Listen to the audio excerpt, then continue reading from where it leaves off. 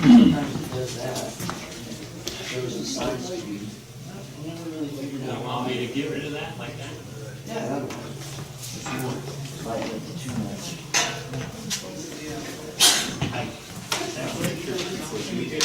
Yeah, pretty good.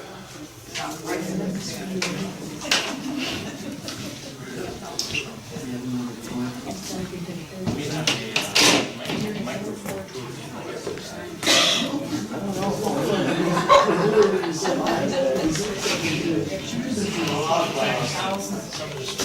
My name is Bill Johnson. I'm out of Fremont, and the organization I had is American Decency Association. And I became aware of this, all this jihad and Sharia about in 2012. And so a couple of times along the way, I've been privileged to be able to have Philip come up. And so we're right now running across the state. And we start off in Muskegon, and we've had events in our location. And we're going to take, we have them for the full month of June. And we're trying to educate and inform, and we're also hitting different callback spots, and you are one of them.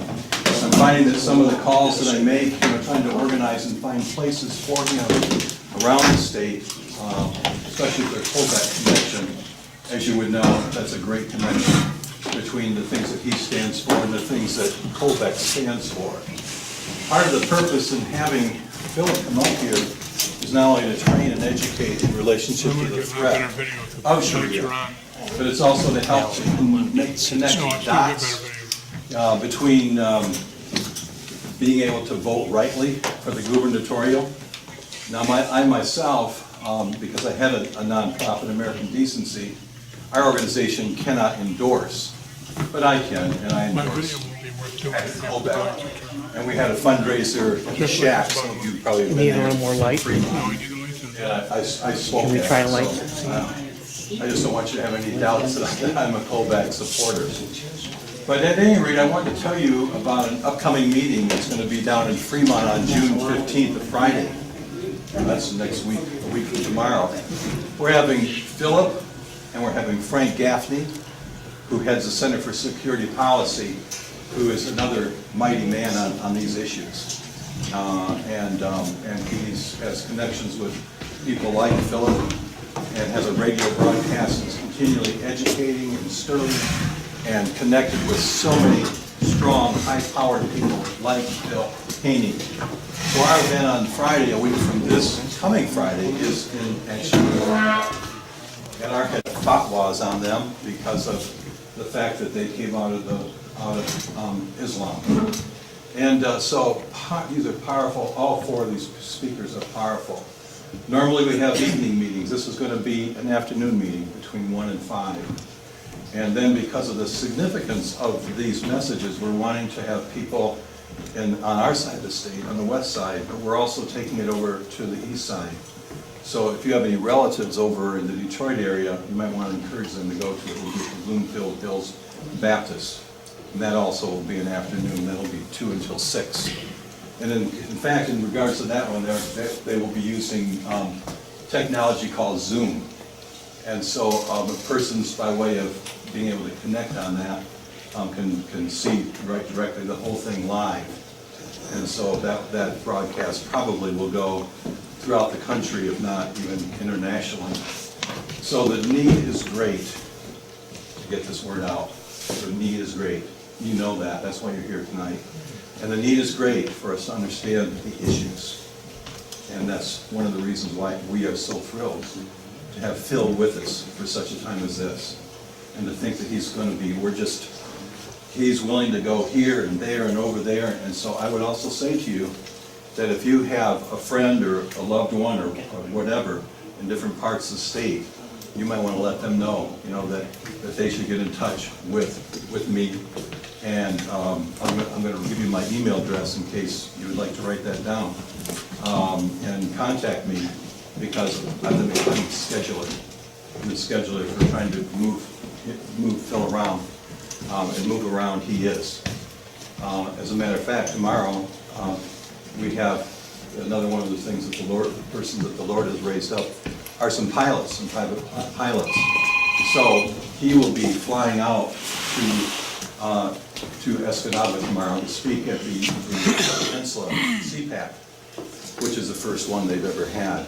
And then, and also Kovac will be up there, and he'll be like 2 speakers after him. So that also is a great opportunity.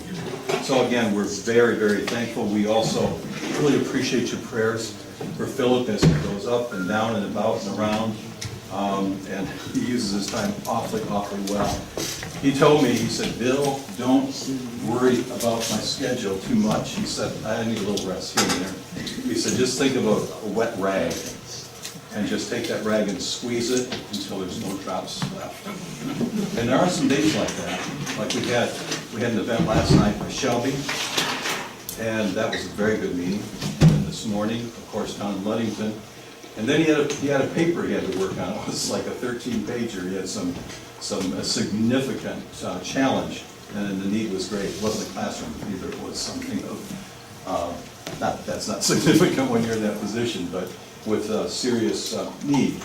And so he was pounding away on that for 3 hours, and then boom, right up to here. So we are doing exactly that. He's being squeezed, and he's still standing, and he's still filled with the joy of the Lord. It is my pleasure to introduce, well, I'm going to put it back to Bob, because Bob has got some things to say, and we got a pledge to give as well. Thank you.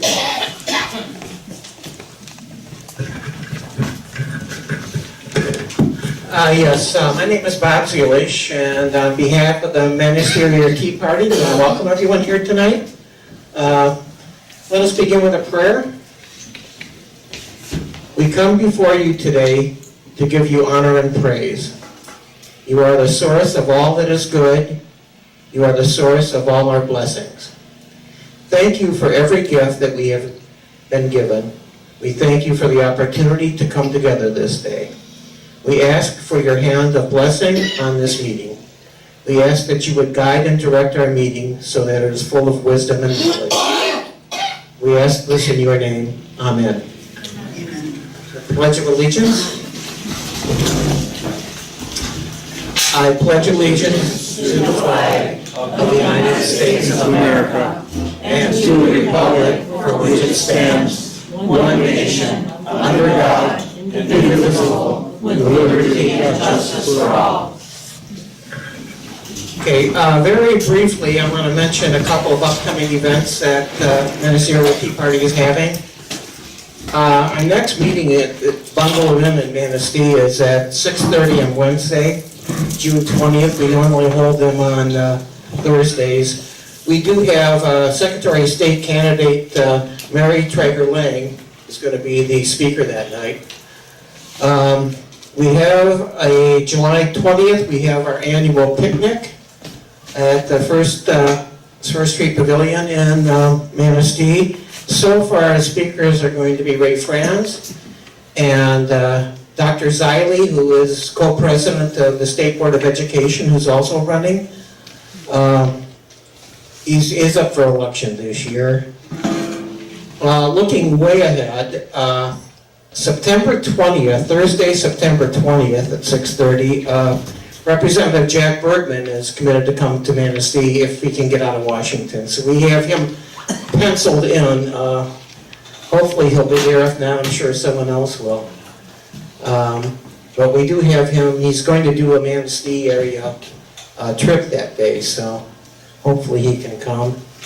And then very briefly, I want to talk about a week from Saturday at the Little River Casino in Manistee.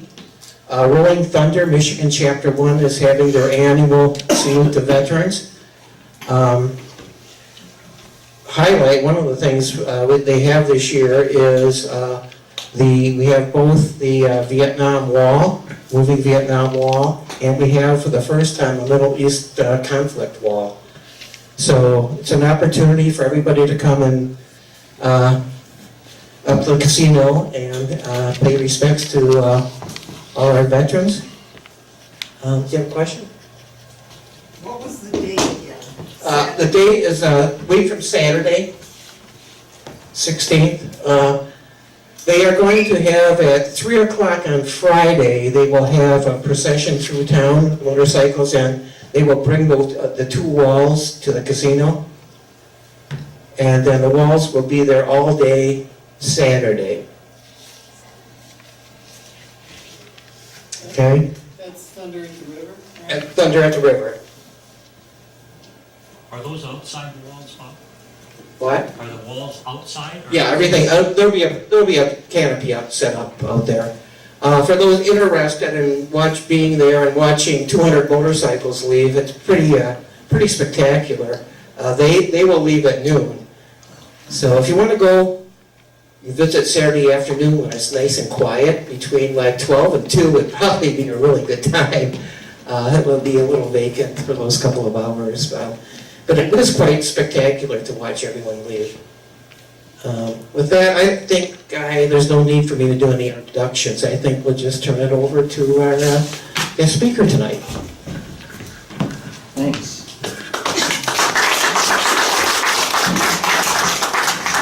Yesterday was D-Day, so I used that as the first slide, because we're kind of in a similar place, aren't we?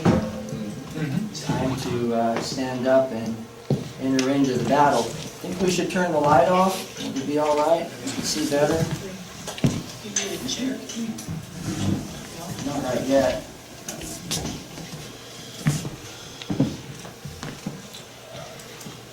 There's a few questions I'm going to go over. I showed this last night. Where were we?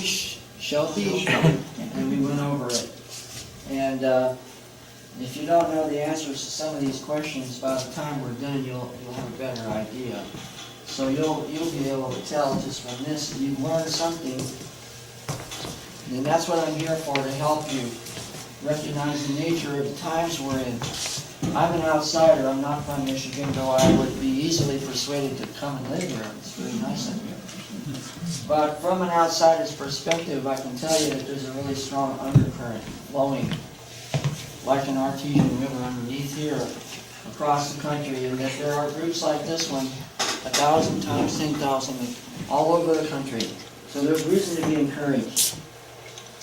And as I drive around in places like here, I realize over and over again, I'm constantly reminded that America is worth standing up for.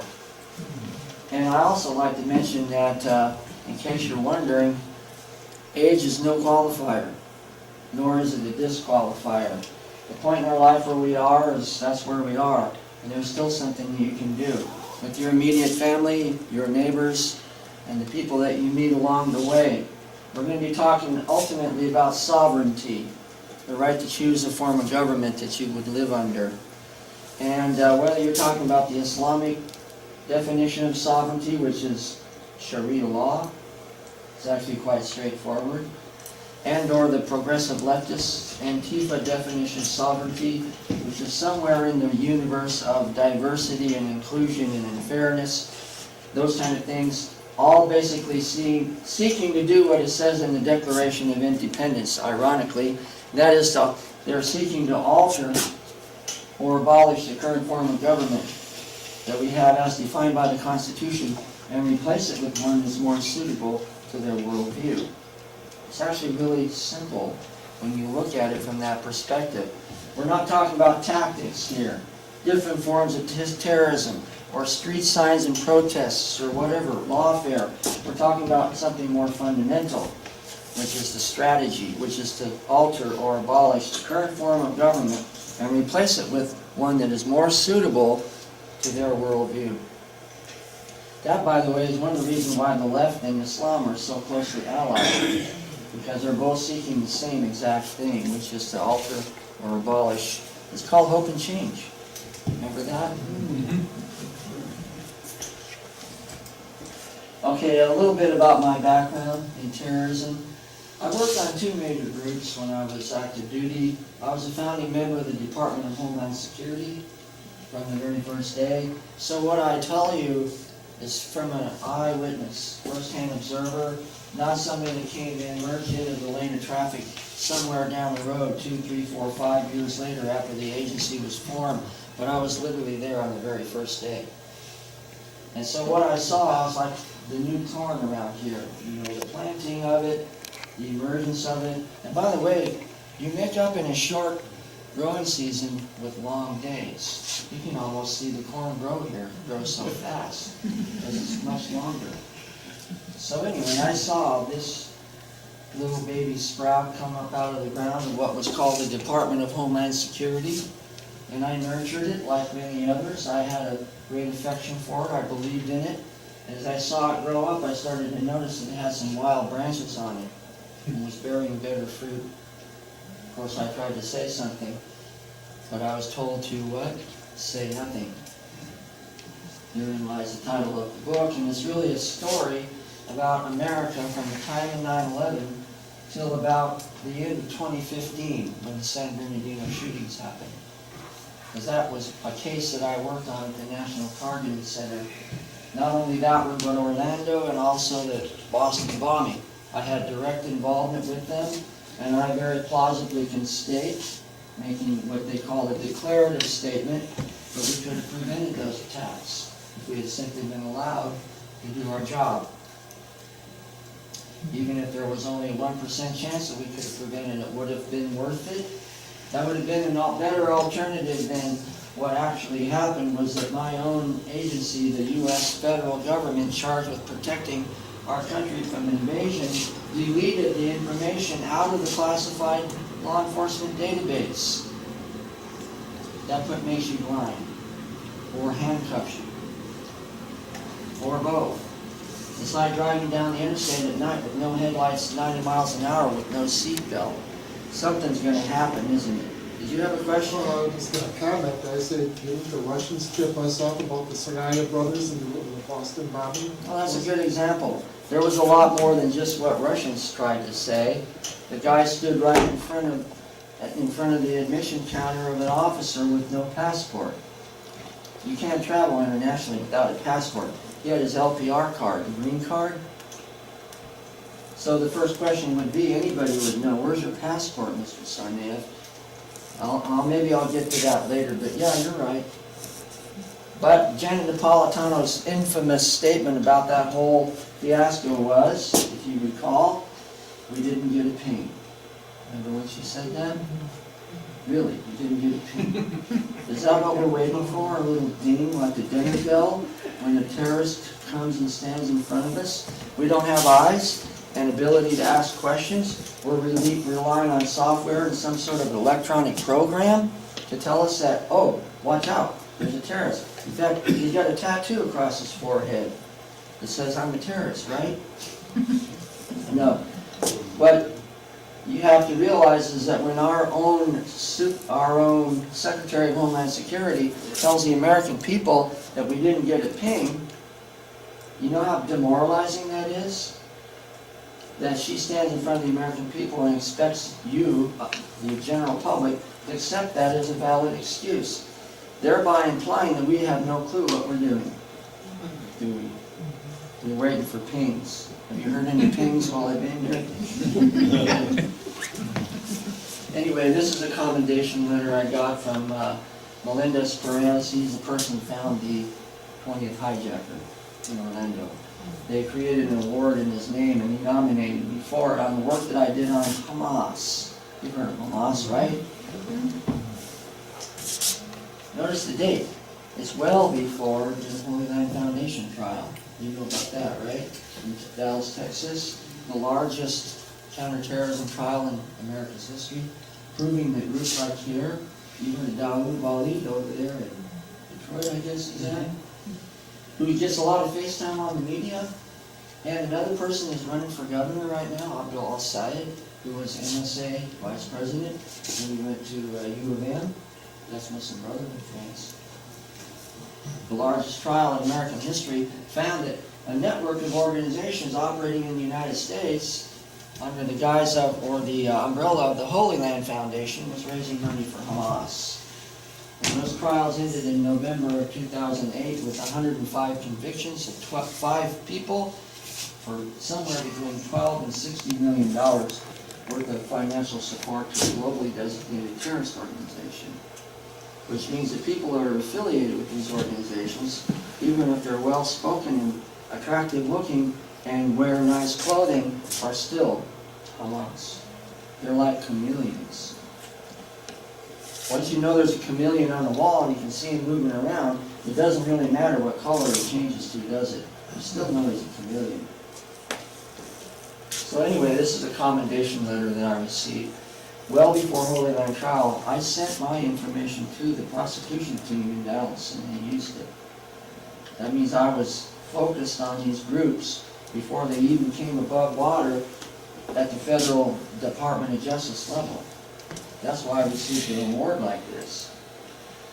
I should mention, before I forget to mention it, that the Obama administration deleted all the information out of the system that led to me getting that award. So on one hand, you talk about the right hand not knowing what the left hand is doing, like in, what was it, Nineveh, in the book of Jonah? That means they couldn't tell right from wrong, or day from night, or right from left, right? Well, on one hand, they were giving me awards, like that one. And on the other hand, they were deleting the information out of the system, sometimes both at the same time. That, my friends, is like living in Allison, Wonderland, where the dormouse has a 45. Dangerous, not just fun. People did get hurt. Otherwise, I'd just be talking about stuff that was internal policy, but that really had no great bearing on our everyday life. But the sad fact is that these policies led to people dying. So how do you think I would feel if you want to use the allegory of a sheepdog out in the pasture, who somebody comes around and locks us up and puts us in a pen, and then we see the wolves come in and start devouring the flock, and we're unable to get out of the cage. That's how it felt. And then this is another award letter. If you look down at the next to the last little paragraph, it says that I found over 300 people connected with terrorism. This is one case that I worked on, called the Tablighi Jamaat Initiative. Tablighi Jamaat you know about, though you may not realize it, from another group called Taliban. Taliban are like the same fingers, two fingers on the same hand. Tablighi Jamaat is part of the Deobandi movement, which comes from the Indian subcontinent, a city in North India called Deoband. So they're called Deobandis. Tablighi Jamaat is a group of 125 million members worldwide. They're Salafi, that means original, not radical, like Muhammad, pro-Sharia, pro-Jihad. And they travel around the world in groups of 5 or 6, including here. And I started noticing them coming into the country around 2006. Started connecting dots, collecting information, doing interviews, putting it into the system. One thing led to another, and I was sent to the secret squirrel headquarters of DHS, called the National Targeting Center, where I worked on the secret squirrel sub-headquarters at DHS, called the Advanced Targeting Team, on this case. And I was there when the State Department lawyers came in March of 2012, and 7 of them came out of a white van. I was up on the 2nd floor looking down, and I saw one after another, just like Snow White and the 7 Dwarfs. And they all came up, they sat at a large oval table with 3 SESs, that's high-level administrators from the State Department, Hillary Clinton's State Department, and said, "We have concerns about your focus on Tablighi Jamaat." Whenever you heard somebody in the federal bureaucracy say they have a concern, you know you're in trouble. And they shut the case down because we were violating the civil rights and civil liberties of foreign nationals by supposing or implying that they might possibly be related to a global terrorist organization. But since they had not designated them yet, therefore they felt we were being discriminatory. So how in the world do you collect enough information to designate a group as a terrorist organization if on the one hand you're eliminating the information that could lead to that conclusion? That's like a rodent gnawing off his own arm. And I saw it, friends, I was there. That was in March of 2012. By September they had deleted the records out of the system. This is all related to this award. How many terrorists have there been involved since 9/11 up until now? Maybe. Including the ones from 9/11. 19 plus, what? Another 15 or 20 maybe? Let's be generous and say 50 total. What do you think the impact of finding 300 terrorists would be? That's 6 times the number of the people that have done all the terrorist attacks since 9/11 to now here in the United States. Why in the world would the federal government delete destroy a case like that? I don't know the answer either. By the way, I sat right, well, actually, that's not true. I do know the answer. I told you already. Because we were violating the civil rights of foreign nationals. And if you wanted further proof, remember the San Bernardino shootings, when they started putting out information about the wife, Tashfeen Malik. Remember her? The one in Ubaya?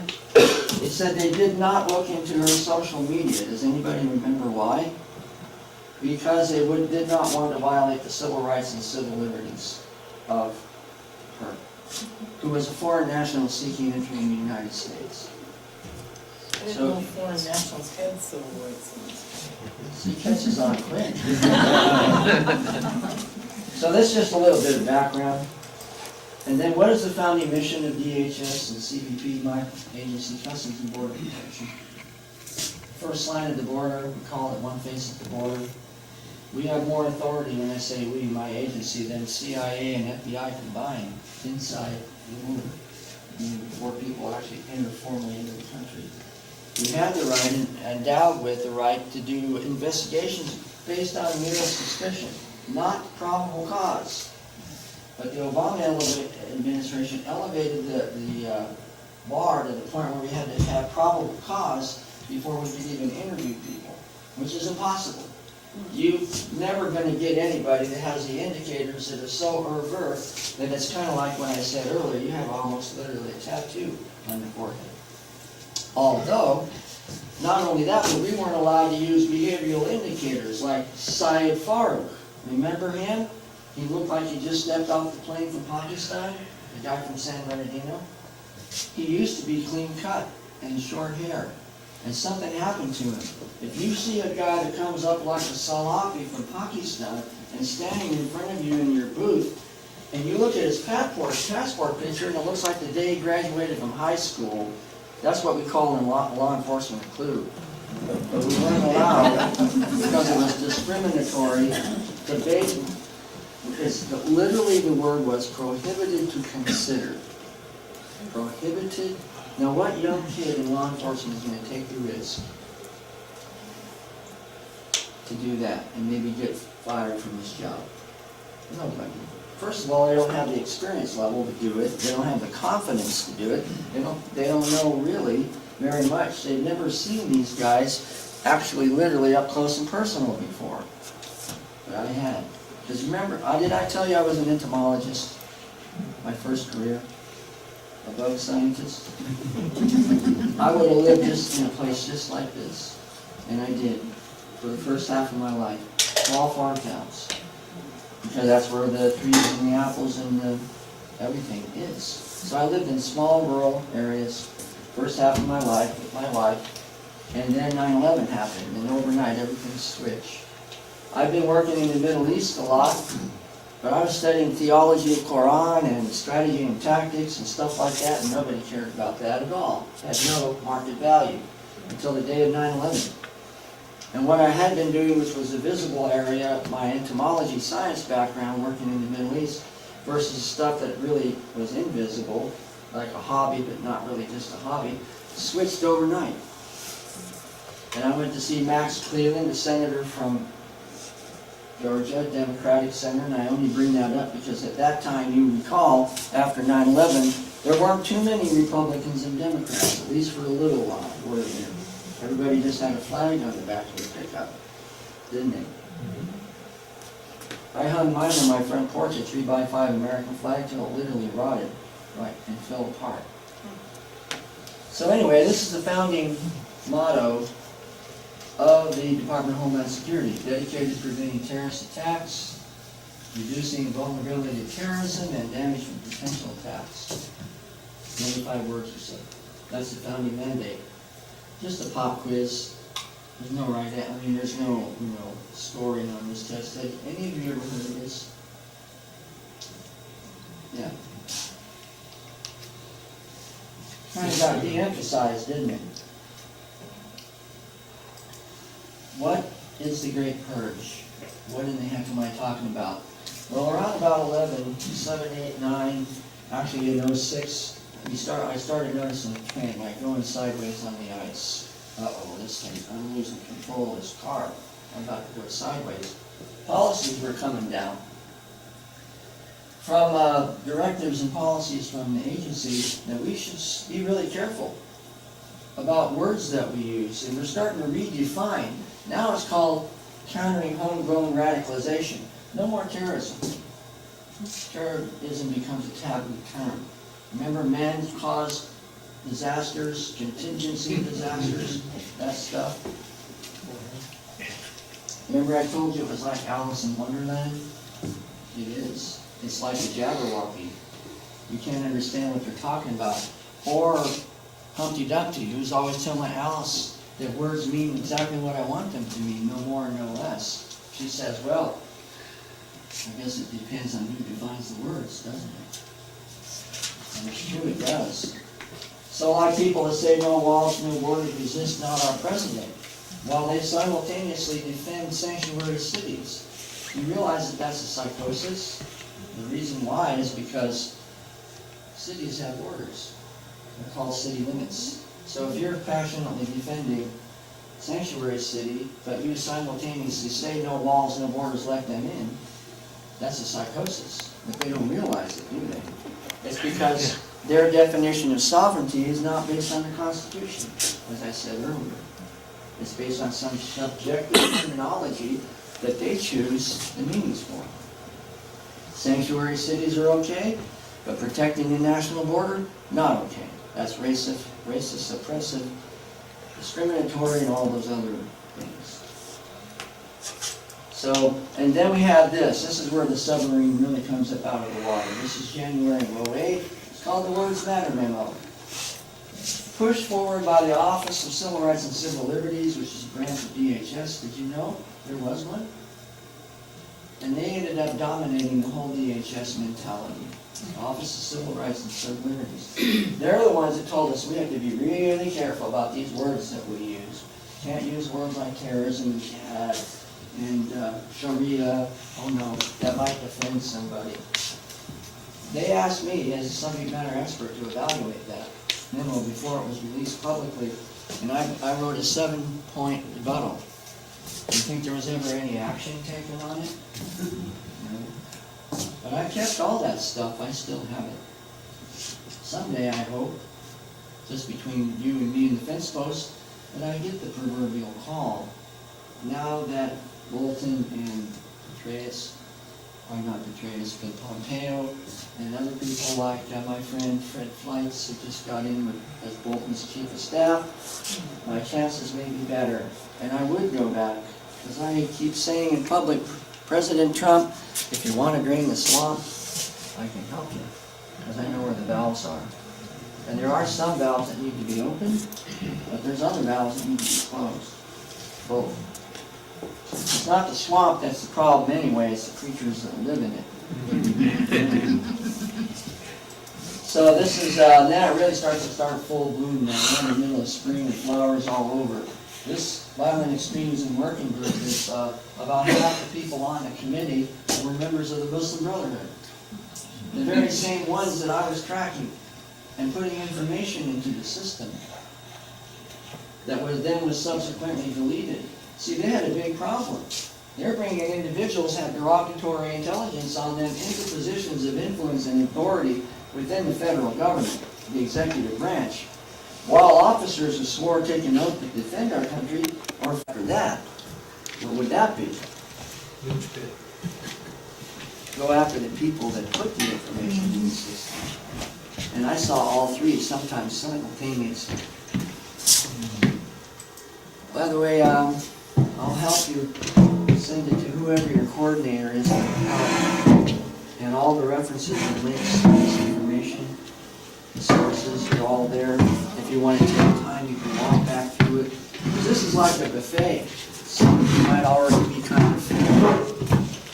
And yet, it doesn't matter if you store up for 3 days and go to your favorite Chinese buffet, you can still only eat so much. Just one more bite.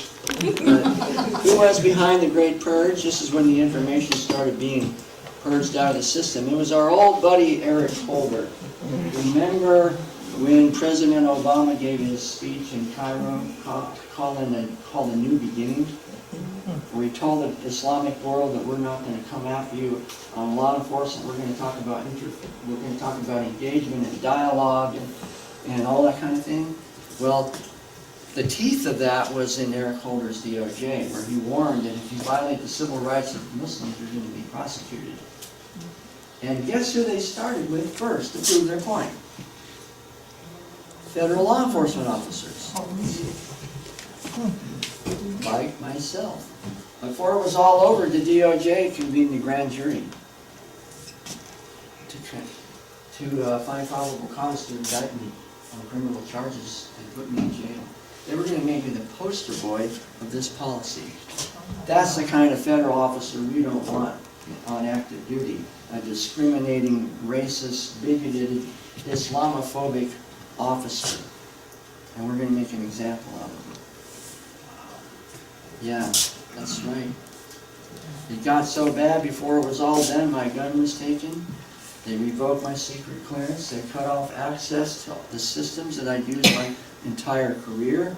And they sequestered me in a little dinky room for 11 months while I waited for the results of 3 simultaneous investigations. One from the Department of Justice, one from the Inspector General of DHS, and one from Internal Affairs of my specific agency, Customs and Border Protection. Waiting for the proverbial, Mr. Haney, we'd like you to come with us. Oh, jeez. You don't need to bring anything either. What do you think it would be like to go through that for 10 years straight? You can see what it's like. They're doing it now. Operation Spygate, or whatever they're calling it, with President Trump. Mueller, Brennan, Holder, not Holder, but Clapper's who I met. And James Comey and Strucken, Page, and McCabe, and not to mention Napolitano and Jay Johnson. That cast of characters were all very active when I was active duty, except they weren't on the national big screen yet. Most people didn't know who they were. But that's one of the things about swamp creatures. Most of them don't have faces. You ever notice that you never know who makes these decisions? However, a small portion of the swamp creatures do have faces. Only thing about it is they have 2 faces. The ones that you see in public and the ones that you don't see. And the ones that I saw were the ones when nobody's looking over their shoulder. They're full-on, malevolent, vindictive SOBs. And they're using the full power of their authority right now to resist the election of President Trump. But I saw these same people. Every one of them is mentioned in my book. Because they're the ones that were responsible for some of these policies. See, there he is right there. John Brennan was involved in shutting down the training within the FBI.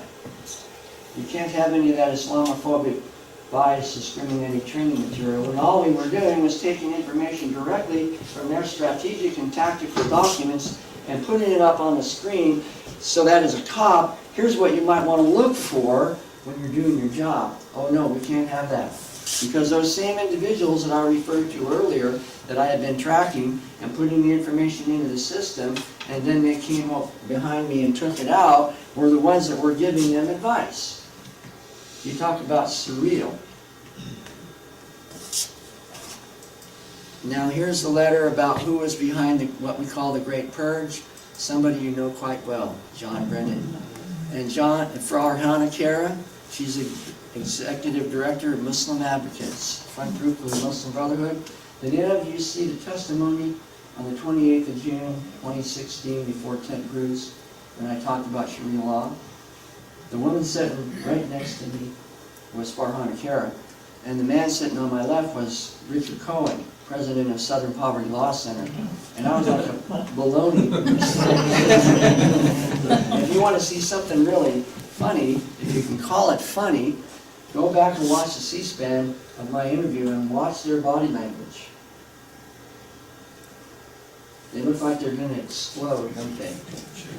Boy, they just can't sit still, and they got the funniest, ugliest faces. And I'm holding up irrefutable evidence, and I mean literally, icons, symbols of these groups, and explaining them.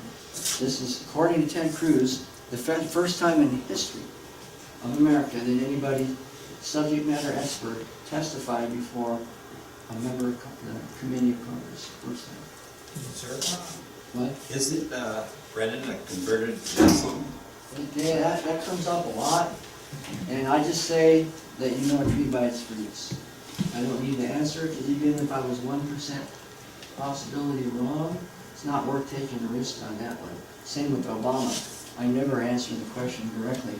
I simply say that he certainly helped them achieve their goals. And that's safe.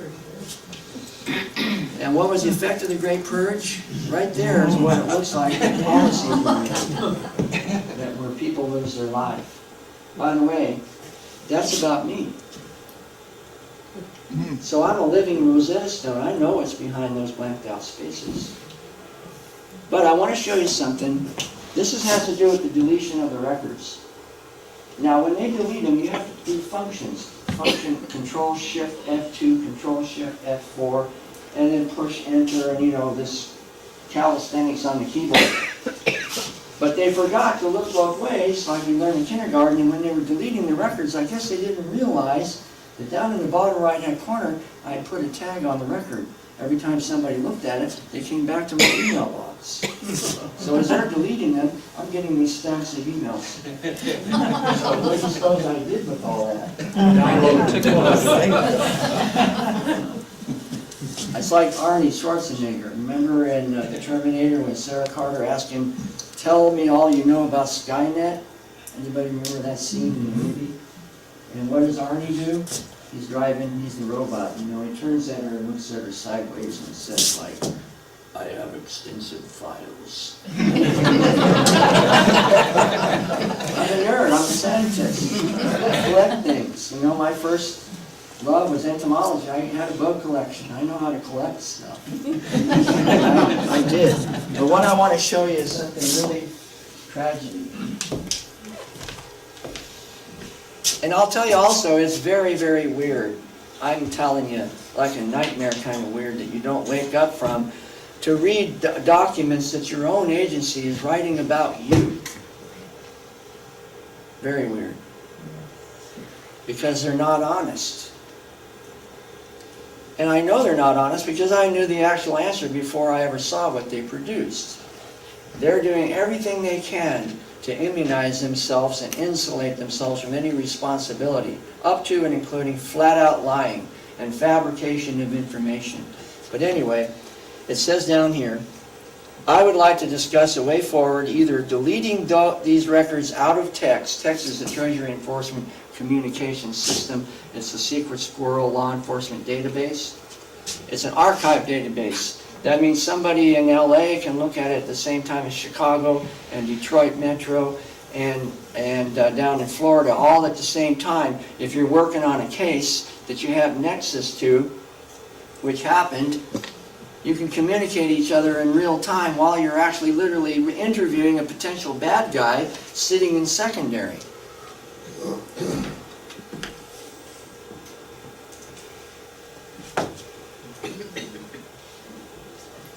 So they were deleting the records, that was the question, or transferring ownership to the NTC, the National Targeting Center. Why is that a tragedy, friends? They're debating whether just to flat out delete them, which is what they ended up doing, or transferring them to NTC so that they could have them. The reason why it's a tragedy is they didn't even need to delete the records. They could have simply transferred them up. If they didn't want Officer Haney in the system anymore, that's one thing. But to solve the problem by deleting the information, with all the biometrics, the addresses, the dates of birth, the places of birth, the passport numbers, the visa numbers, all that information, they just destroyed it. That's vindictiveness. That's what you call obscene hubris. So they didn't even have to delete the records. That means that people, that's one more proof of the pudding, that it wasn't necessary for him to even do it, but it led to San Bernardino. And then this is just some mumbo jumbo. And I mentioned this already. Right about the top line in the red box, about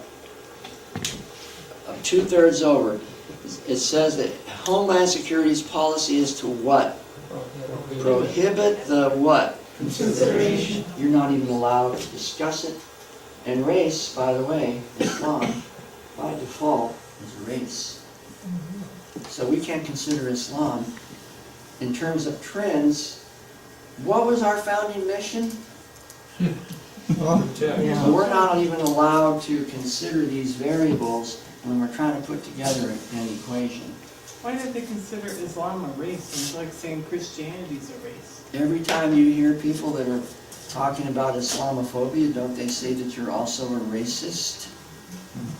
They've conflated the terms, and this is what I was talking about when I said the left uses subjective terms. They define what they mean, and without you even realizing it, you end up committing some sort of social crime or actual legal crime. Thought crimes, intersectionality, what are those other things we hear about now? Safe spaces, all that stuff. Okay, this is the faces of the people that died in San Bernardino. How come we don't see memorials to them every so often? Same ditto with Orlando, same ditto with Boston bombing, same with Chattanooga. How about Fort Hood? We never see them. And that's one of the most obscene things about this whole deal, is that the last people you ever actually hear about or get to know are the ones that were hurt the worst. The bureaucrats and the officials and the law enforcement and all these other people, they get a lot of face time and they go through their contorted explanations about why they did all that they could do. But meanwhile, we have the faces.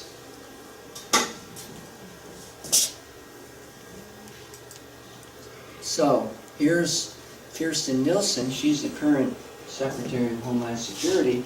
My point is right down at the bottom. This is February of 2018. They have a new national vetting center.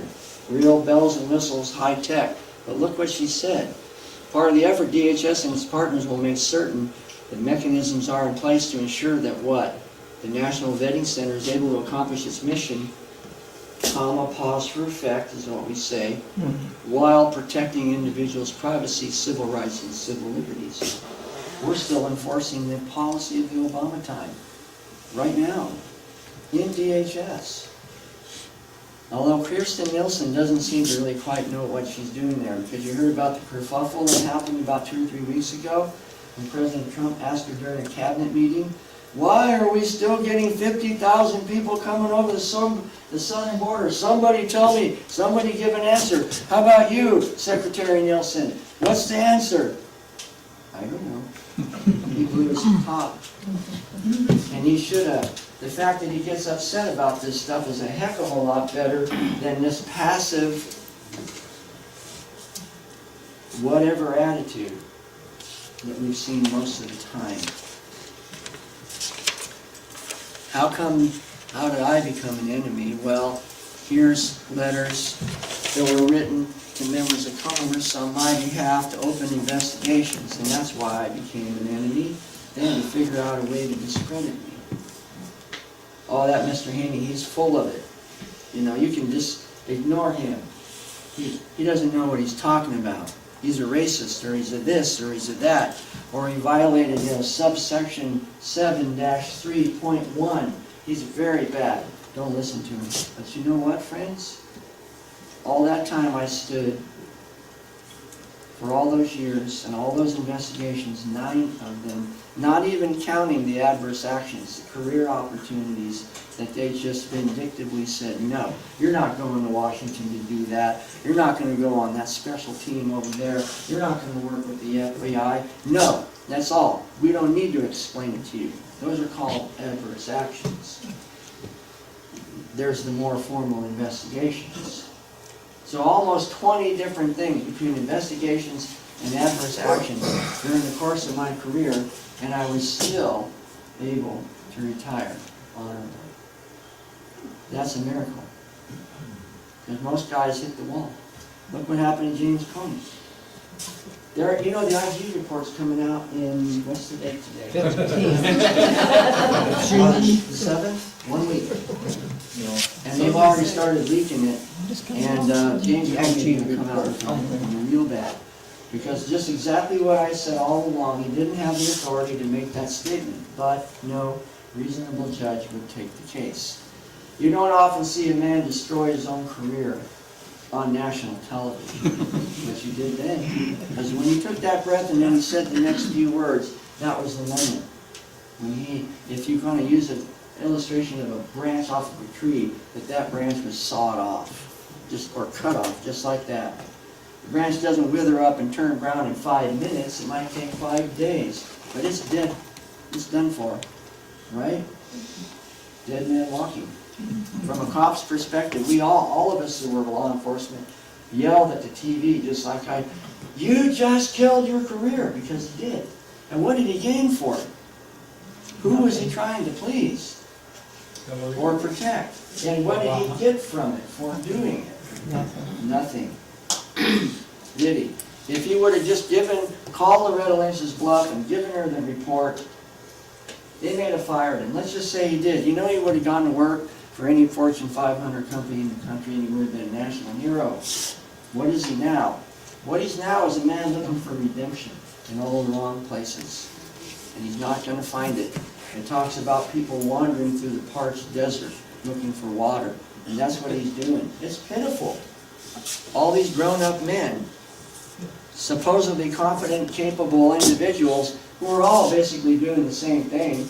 They're looking for redemption, and they're never going to find it, because the only way for them to do it is to actually stand up and what the Bible calls repent. Just fess up and say it right in front of everybody. This is what I did. Let's dispense with the ceremony. I'm sick and tired of all this stuff. I'm just going to tell you exactly what I did. Which, by the way, is what I did. Except I wasn't lying.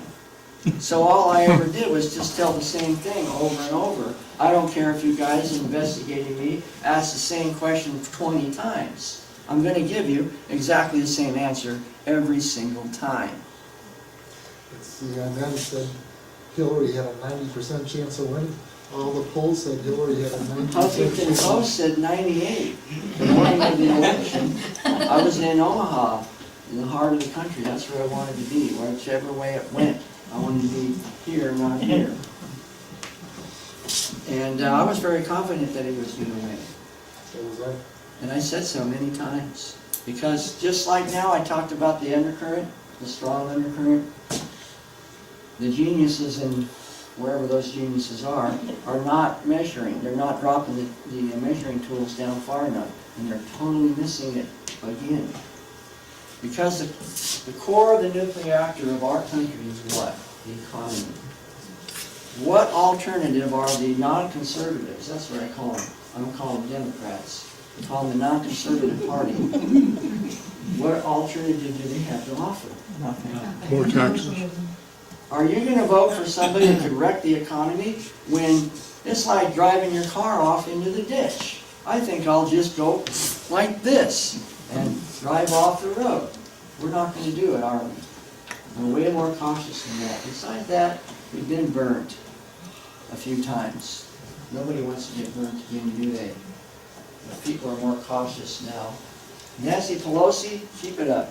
She's on the side of MS-13, she's on the side of Hamas, she's on the side of the Iran deal, she's on the side of whatever, what other, one more thing that She's killing babies. yeah, abortion, Crumbs. you name it. All those things. On the wrong side of every single thing. And when the numbers come out, the best economy in most of our lifetime, and the lowest unemployment rate for some particular ethnic groups, they don't cheer. They can't, can they? What a horrible place to be in. You can't even appreciate the birds singing and the pretty flowers. Nothing about life is nice to them. They've got to find something that's wrong with it. Did you have a question? Yes, do you have any idea of what's going on with Trey Gowdy and Paul Ryan in their denial of what's obvious to the rest of us? They didn't even see the Not really. material. That part particular little sub-act of the play. I'm too busy doing this to worry too much about what they're up to. I spent enough time in DC. I live close, but not too close. Because it's like radioactivity. You don't want to spend too much time around it. Because Washington, DC is a city of porcupines and landmines. You're either stepping on something or something's poking you. So this is just another one of the letters. This was Michael McCall, and this is Tom Coburn. Charles Edwards asking him to open an investigation. Well, they sure did. And guess what they did with it? They turned the gun on me. They never did follow through with any of the things that I said. And they turned it into a character investigation. How do you know that, Mr. Haney? Oh, yeah. Thank the Lord for Judicial Watch. Judicial Watch has been for you in my case. And the bottom line, after all our exhaustive efforts, that I got 3 letters from the same agencies that shut the case down, State, DHS, and CBP, saying that we can either confirm or deny that the case ever existed. Oh, jeez. That letter, for example, is a pretty big problem. That shows you that they're totally incompetent. They couldn't even find the letter. All they had to do was look in my own book, and they would have seen there really was a Tablighi Jamaat case. But so that's what I mean when I tell you that these are the indicators that show you where they're really coming from and how dishonest they actually are. And this is something about that Kelly wrote right before he went over to Chief of Staff. And all this does, see, it talks about Privacy Act rights up at the top. And then it says this DHS Privacy Office will rescind, that means no more, the DHS Privacy Policy Guidance from 2009. Who was in office during that time? Yes, the gang of 5 or whatever it was. Yeah. Anyway, so you're going to start putting information back into the system the way it's supposed to be without regard to supposed privacy rights. So all the bottom line of all that, maybe it's dawned on you, is it means that since I was investigated by the DOJ for violation of the privacy rights of foreign nationals and or their civil rights and civil liberties, it means I was investigated illegally. Doesn't it? If the policy was illegal, extra-constitutional, that means that everything they did to me was also illegal or extra-constitutional. Can you imagine what I must feel like when I come across this stuff? That was a hallelujah moment. Whoever wrote that, I'll give him a big hug, because somebody knew what was going on to formulate that policy change. Judicial Watch dig that up for you? What? Judicial Oh, Watch no, dig that up? not that. Does the Islamic Sharia have anything to do with all this stuff? Yes, it does. Look at the date, 14th of April. I'm not expecting you to read it, but this is from Dawood Walid. You guys know who he is? He's Care Michigan Executive Director. That means Hamas in Michigan. They're a civil rights group for the Muslim Brotherhood. But he went a little overboard and he opened his mouth a little bit too much. In the blue, all it says is that Muslims in Michigan have been practicing Sharia for years. He admitted it. Because the way it works is A, denial. Oh no, we have no intention of implementing Sharia. We love the Constitution. No way, no how. Like the Cowardly Lion said. Not no way, not no how. But then they go to the next stage and you get another momentum, and that is normalization. Now all of a sudden, it's perfectly normal and American, red, white, and blue, to be following Sharia law. But then simultaneously is phase 3. And what do they have to do to maintain that narrative? They got to marginalize the people that stand up against them, which is what they're doing in Colbeck right now. He's the only ones who have the courage to bring this up. And they've come after him. Dawood Walid, as a front man, a hired thug for Abdul al-Sayed. Abdul's not going to get in a fight like that. He's going to send somebody like this guy. So what did I do? SB Mr. Haney comes and writes a rebuttal to Dawood Walid and asks him how many questions? 27? He didn't answer him, and I didn't expect him to. But I put it into the record. It's there as part of history. And I walked through all of Dawali's editorial, and I pulled it apart. I dissected it on the table. Remember, I'm and I'm doing the same thing for Mr. Abdul Al-Sayed right now. Because you heard about what he said, right? Yeah. That you say that you love Muslims, but I can tell you that Muslims definitely hate you. He said that on the 10th of May. Now, what if Colbeck or any other candidate would have said, well, you say you love Americans, but I can tell you that Americans really hate you. You think that the Republican Party, if it was a Republican, would let them stay on the platform? No. Not likely. So why do we have this double standard? Houston, we have a problem. Michigan, we have a problem. This is all related to Sharia. That was my question. Now's the time, friends. As I started when I introduced to you, you all have an area of influence. You're not disqualified or qualified by age. And your responsibility is to leave a legacy. To do your utmost from now forward. When I was in college, and most of you, I had to read a book, Brave New World. Is there any, that was a long, long time ago, any connection here? Well, it's another one of those what they call dystopian worldviews, opposite of utopia. And it basically comes down to my premise, which I'll go back to, and that is that whatever direction the threats are coming from, that the Constitution obligates us to protect ourselves from, it's all about the definition of sovereignty and what form of government that we're going to live under. Whether we're going to do it voluntarily by the ballot, or it's going to be forced on us. And both the Antifa progressive leftists and or the Islamic global movement will gladly force it on you. Just think about the cake case that just came to the Supreme Court. It wasn't enough that they could just go down the street to the next bakery. They had to make a federal case out of it and basically try to push that guy's face right into the ground. Didn't they? See, that's what I mean. It's not enough to live and let live. They've got to take it to a whole nother existential, whole nother spiritual level and force you to comply. Who cares if you believe in the Bible or it's against your worldview or your values? That doesn't matter anymore. You're going to do it. Otherwise, we're going to make you do it. Yes, sir. Say they already, in Highland Park and Hamtramck, they have called a prayer with all the Muslims praying at 3 o'clock, and even at the University of Michigan, they have places where they can go and face east and pray on the road there. Yeah. This is It's happening this has been all going over on the for a country. long time. And it's partly because we don't have a good understanding of constitutional law.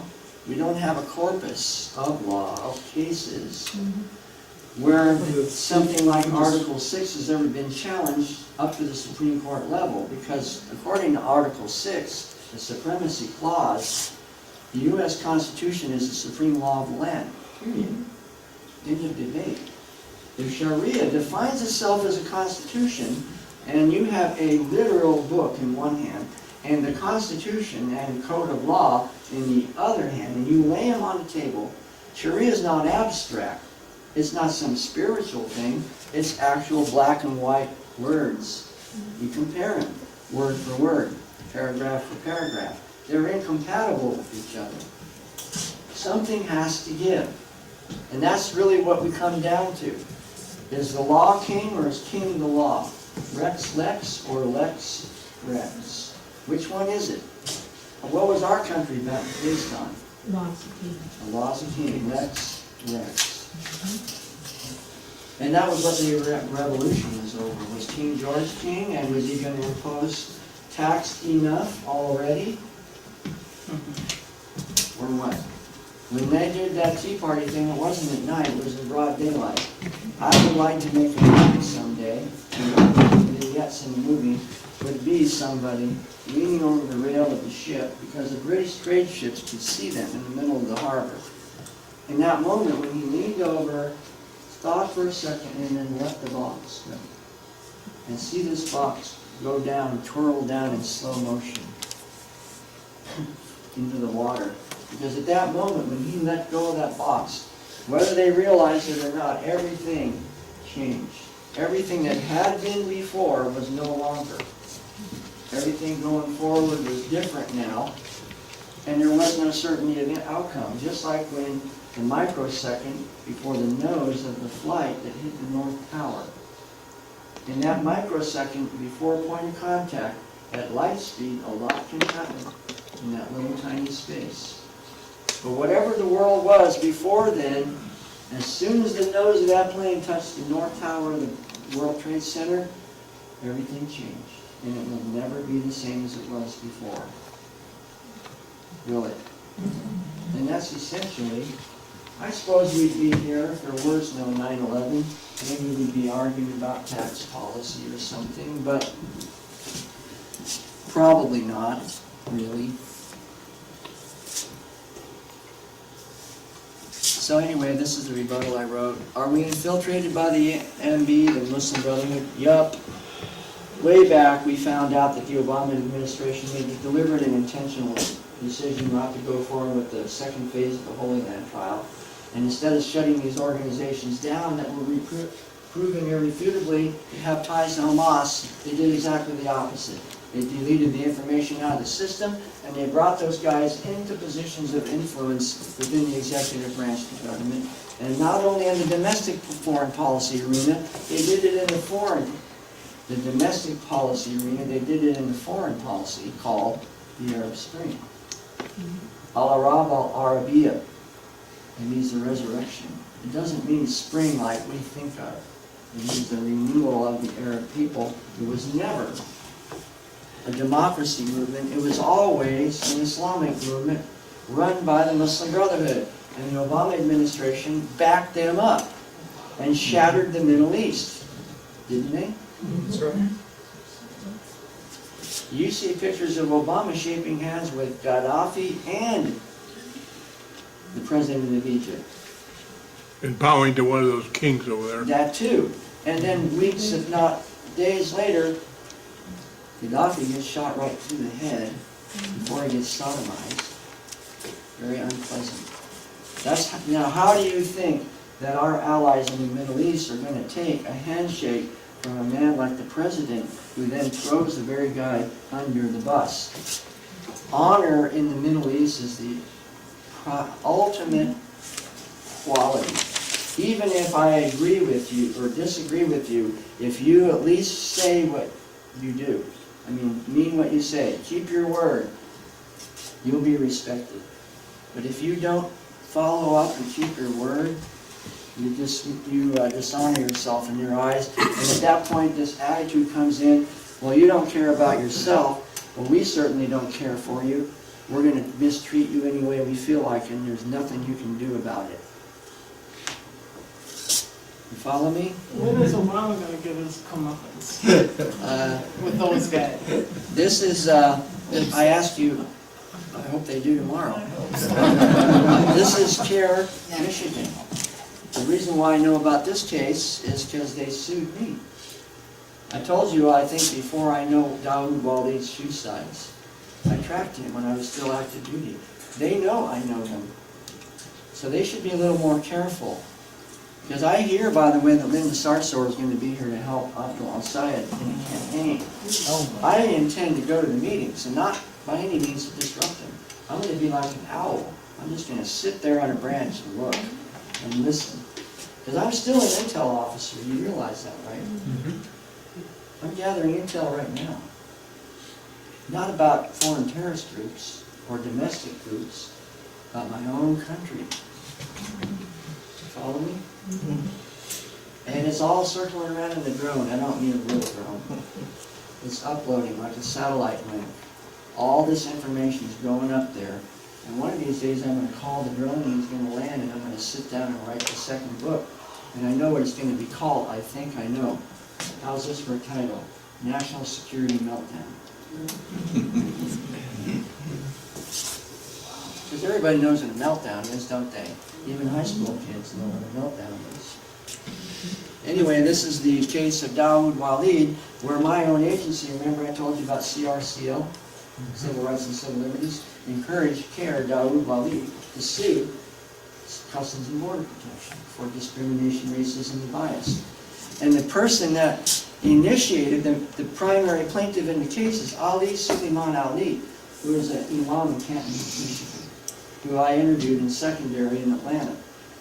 And he told me everything he ever did and then some, and he probably realized after I released him to go home, because I can't arrest him as an American citizen.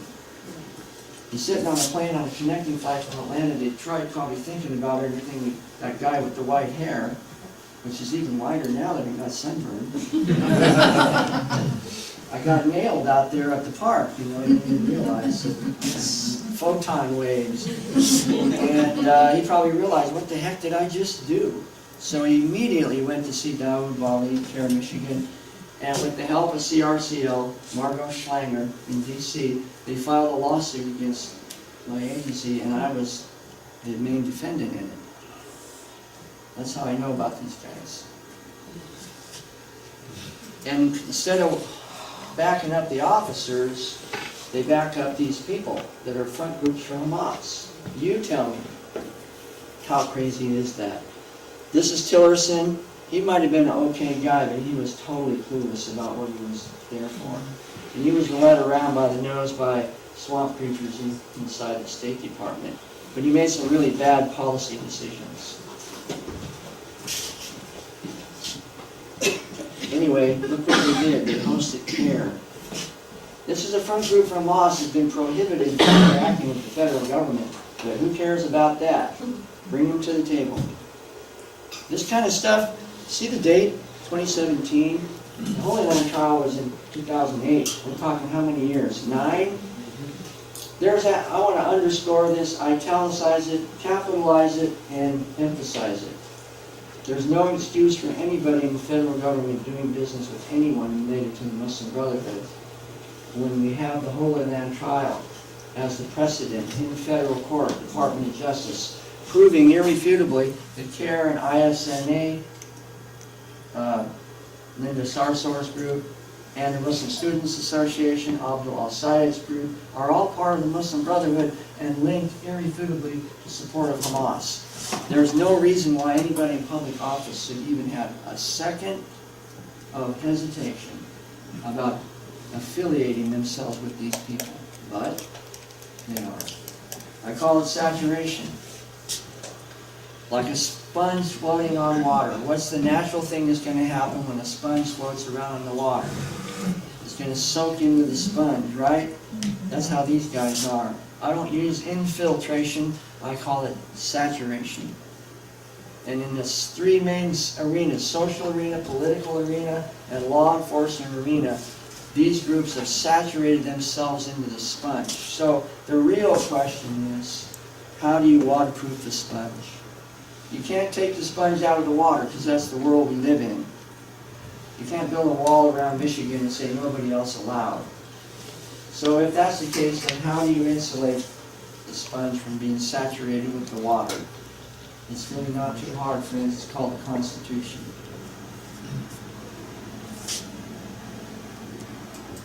And then here's our guy, Dawood Walid. Just got a woman fired. And what town was that? Warren. For simply tweeting that Islam is a violent religion. That was intolerable. He says, freedom of speech is great, except for public officials. Then it's not okay. Do you agree with that? Is that according to the Constitution? This is what I mean by different definitions of sovereignty. He has an unconstitutional definition, and he's being allowed to saturate into the social arena in broad daylight, right in your state. And this just happened, what? 6 days ago. 6 days ago. And what impact is this having on us today? You ever seen this before? Yep. Okay, Dave. Do you see an olive branch and some arrows? Yeah. Is there any indication that this is a moderate religion? No. In fact, if this is a moderate religion, please tell me what is a radical one supposed to look like? According to Clapper, this is a symbol of a moderate organization. Remember him? What does it, do you know what that says in Arabic? The yellow at the bottom says why Ayuda, means prepare. So what's the natural question? Just prepare to slaughter your enemies and terrify them.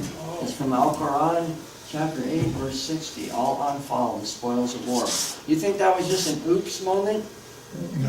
Oops, do-over. We didn't really mean that. Of course they mean it. And the white lettering is Al-Ikhwan al-Muslimun. Islam, brothers of Islam. That's the global symbol of, and it's very nice and high-tech, isn't it? Do you see any exclusion zones? In North America, let's see, is Michigan marked out? No, I didn't see Michigan marked out. Yeah, they've got the whole world in their hands. They think. They don't, but they think so. That's sovereignty right there, according to them. Is there any right to choose a form of government? Why two swords? Enforcement of Sharia law internally and promotion of Sharia law externally. Everlasting warfare. And then here's their motto, and it says, see, the Quran is our constitution. See, as I said to you earlier, you got a plain black and white point of conflict. Their own definition is the Quran's a constitution, Sharia law. We have a constitution. Can two things abide in the same space? No. So what I'm encouraging you to do, friends, is to become fluent in the language of the Constitution. That's your homework assignment.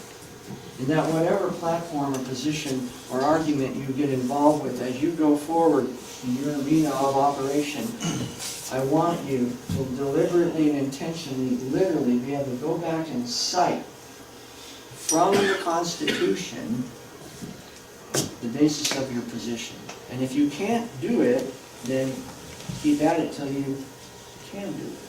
Otherwise, you're going to lose. Because the whole mainstream media and the progressive leftists operate in the realm of the subjective.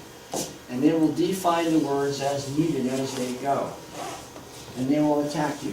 However, if you insulate yourself with the armor of the Constitution, then you immunize yourself from the majority of the attacks that you will see. They'll still come in and bounce off of you, but they won't be able to move you.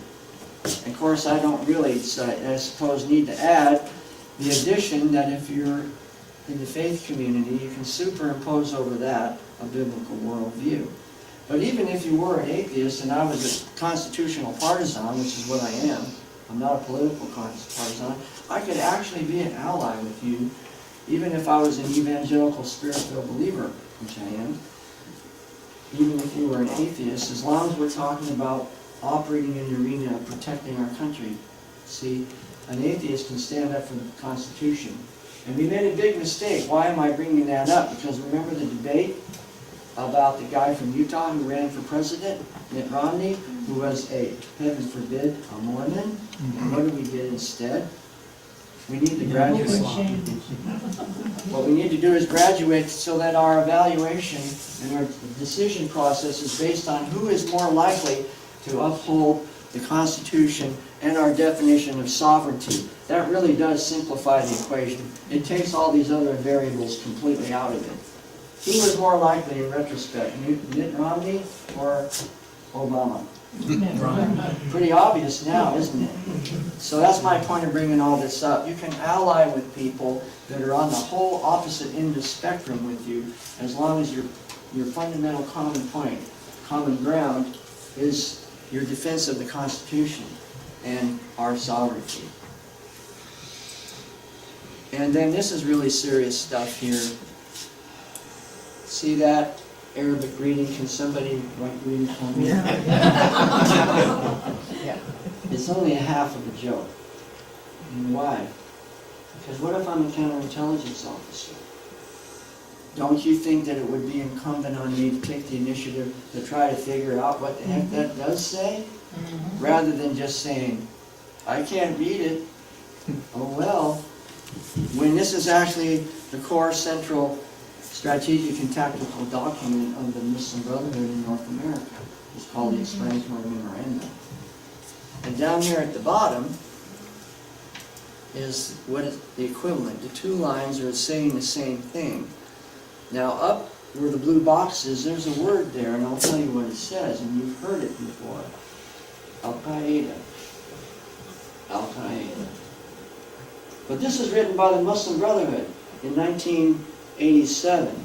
Wait a minute. I thought Osama bin Laden was like 1998 or something, way over there in Afghanistan, wasn't he? Did you know that the original Al-Qaeda was 5 individuals and 12 affiliated organizations? Did you know that? Have we ever been told that? That's what you call a failure to communicate. So, what does that say up there in Arabic? It says Al-Qaeda, Al-Islamiyya, Al-Muslima, which means the obedient or the observant Muslim base. What is the observant Muslim base? Muslim Brotherhood? Yes, but in real life, in day-to-day living, right here today, in 2018 in Michigan, that's the face of the new generation of the observant Muslim base. In the Sarsor, Syed Abdul Syed, Dawood Wali, and all this newer generation that's coming up is just that right there, the observant Muslim base. In order for them to bring about their goals, they have to have a base of operations. Al-Qaeda is not an organization. I mean, fundamentally, there are organizations with the name in it, but it's not an organization started by Osama bin Laden over in Afghanistan in 1998 when he declared global jihad against the West, including us. It's a concept. We talk about it in political arena. We call it the voter base. He's appealing to the base. That's Al-Qaeda. The base is abstract. It's a group of people with no defined size and a wide spectrum of beliefs and affiliations, right? But it's the base. You guys are the base. You're the Tea Party part of it. So this is the Al-Muslima, Al-Islamiyya, Al-Qaeda. This was started by the Muslim Brotherhood, not in Afghanistan, here, 10 years before we ever heard of Osama bin Laden. That's the Muslim Brotherhood, friends. And I'm getting some looks like I would hope that I would get. I'm trying to draw back the curtain a little bit for you. And I started out by talking about my own personal experience and my involvement in counterterrorism. And now what I'm doing after spending more than 10 years inside the core of the nuclear reactor, being bombarded by isotopes and electrons and all this stuff, I come out of this experience, survived it, but I have something in my hand, a product that was created in all that bombarding that I've come to give you free. What did I gain from all that experience? Stories that I can tell you about how crummy the Obama administration was, or something more valuable? It's something more valuable. It was refined in the fire, and I'm giving it to you. It's the concept of sovereignty. This fundamental, simple, actually, once you realize it, like tying your shoes or riding the bike for the first time, once you get on that bike and start going, once you get it, once you figure out how to tie your shoes and you've got it, it's part of your life then, right? Sovereignty, friends. This is the real nature of the threat we face. The rest of it is tactical, meaning different ways to go about accomplishing it. For example, tonight when we're done, you have a strategy, and what would that strategy be? When we're all done, what would your strategy be? Go home. Very simple. Go home. However, if we were all here in this same room for 30 days in a row, and everybody sat in exactly the same chair, and all your cars were parked out there in exactly the same spot for 30 days in a row, and the school bell rang at exactly 8 o'clock, and out we go. Same exact moment every night, and out you go. would you arrive at home at the same moment in any of those 30 days? No. Why not? There are variations. There are variations. That's the difference between strategy and tactics. Your strategy never changes. It's always simple. Go home. What changes day to day like a kaleidoscope because of X, Y, and Z variables and factors that you can't control is exactly how you're going to go about getting there, right? That's the difference with these guys. They have a basic strategy, implementation of Sharia law. What's kaleidoscopic from the wide spectrum of is tactics, how they go about it. If Godzilla's foot came through this ceiling and squished us, we'd be dead, right? But what if little tiny snakes with a real potent bite slither under the door and come around and get us while we're all distracted looking at the screen? And we'd be dead. See, Al-Qaeda and Hamas and those groups are like Godzilla. They eat trains for lunch, right? And while they're blasting away with the artillery at Godzilla, up shows some other weird creature on those Japanese monster movies and bites everybody in the foot. That's called saturation. They come in and get you. You have to be aware of both. Not just the overtly obvious, the evil, destructive version, but also what I call already saturation. Infiltration, saturation. Does that make sense? Tactics, same strategy. It never changes. Al-Qaeda, Hezbollah, Boko Haram, Hamas, ISIS, all of them have exactly the same strategy. And it's as simple as go home. It is implement Sharia everywhere in the world. Period. Quran 2, chapter 2, verse 191 and 92. What varies, and that they even argue about, is how to go about it. Hamas is face-to-face with Israel, but their parent, their father, operates here in front groups that are saturated into different parts of our society, social, political, and law enforcement. But it's the same strategy. This is another organization. The question is, have we been infiltrated or saturated by the Muslim Brotherhood? Notice the similarities in the icon. But, okay, here again, we're going to do a real quick first level brief or analysis. You're all on the Intel team now at NTC. Our supervisor wants us to tell him whether we think that that symbol, it may be a potential threat to our national security.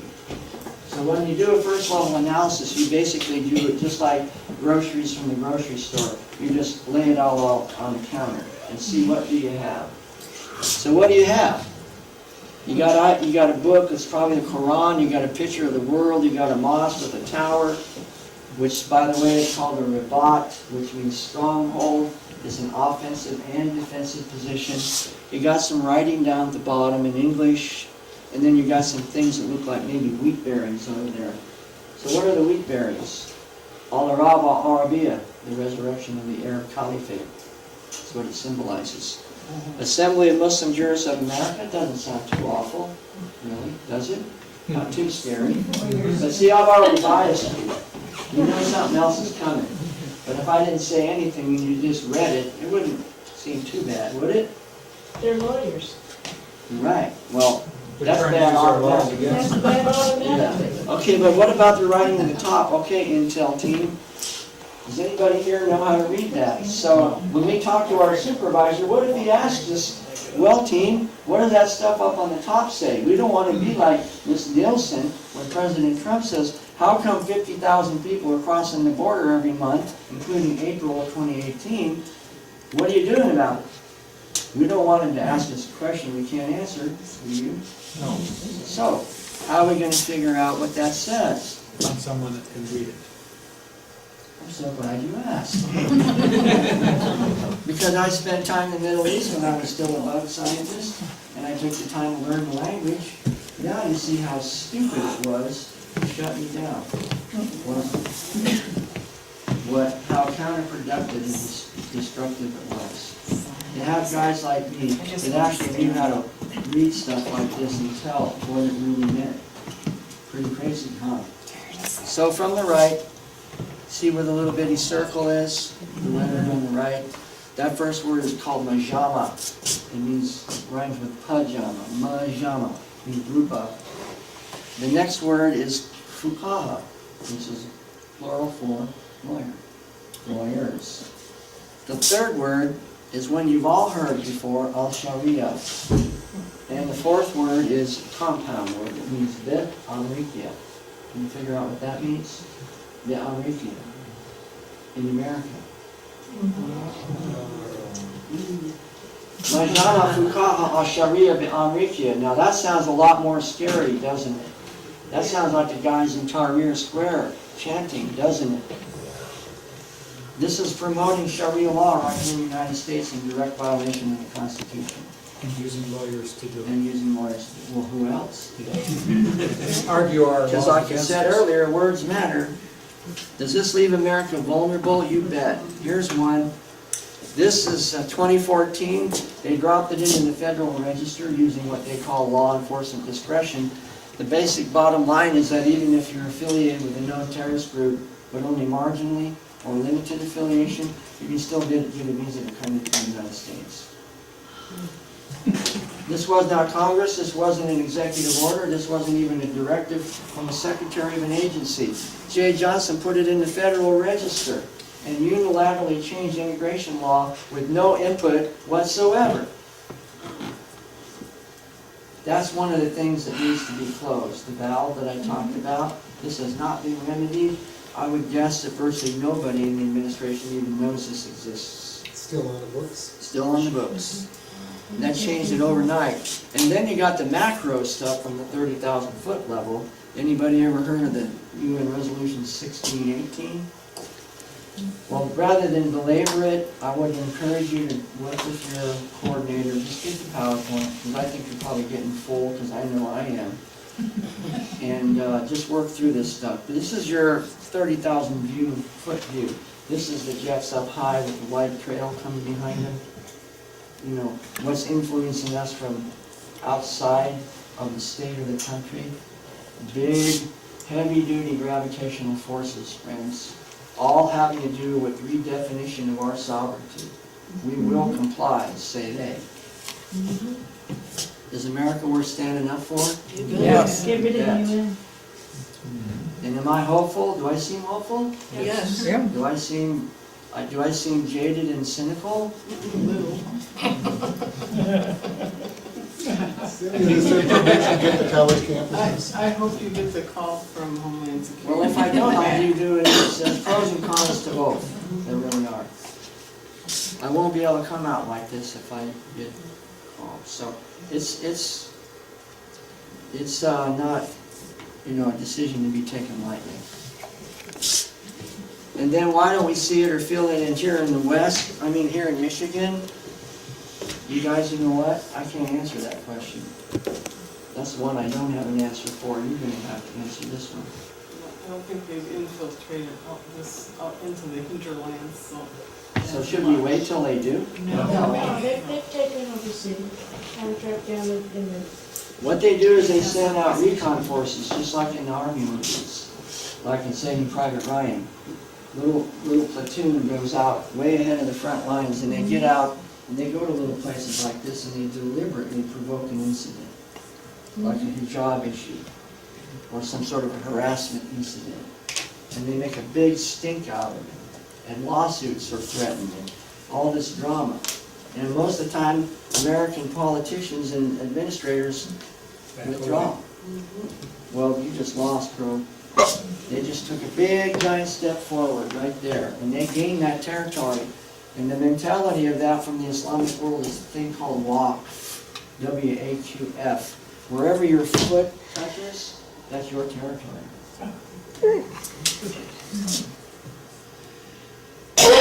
And just try to take it back. London, we talked about London a little bit. Could it look like here? You think it might? If you're talking about a progression, London is here, Canada is between London and us, or England and us, and we're coming along somewhere behind. Have you guys seen the videos of the Israeli guy who went into Detroit posing as a sheikh of Hamas and goes right in through the main Muslim area, speaking Arabic and fluent Palestinian dialect? My brother, come, tea, eat, and talking about terrorism and blowing up the kuffar, the infidels, and all this stuff when they speak in Arabic. You guys need to look this up. It's an Israeli guy who went undercover and posed as a sheikh of Hamas with a Palestinian West Bank accent, because he grew up there. What was the Anyway, result of it? this is just a headline. London's Muslim mayor introduces the thought police. They're more worried about finding people who are posting stuff on Twitter than they are prosecuting the grooming gangs. You know what the grooming gangs are? Human trafficking. That's a euphemism. And then we've got this guy. You heard about him getting arrested? What was it? A week or so ago? For standing outside the court, talking into his cell phone.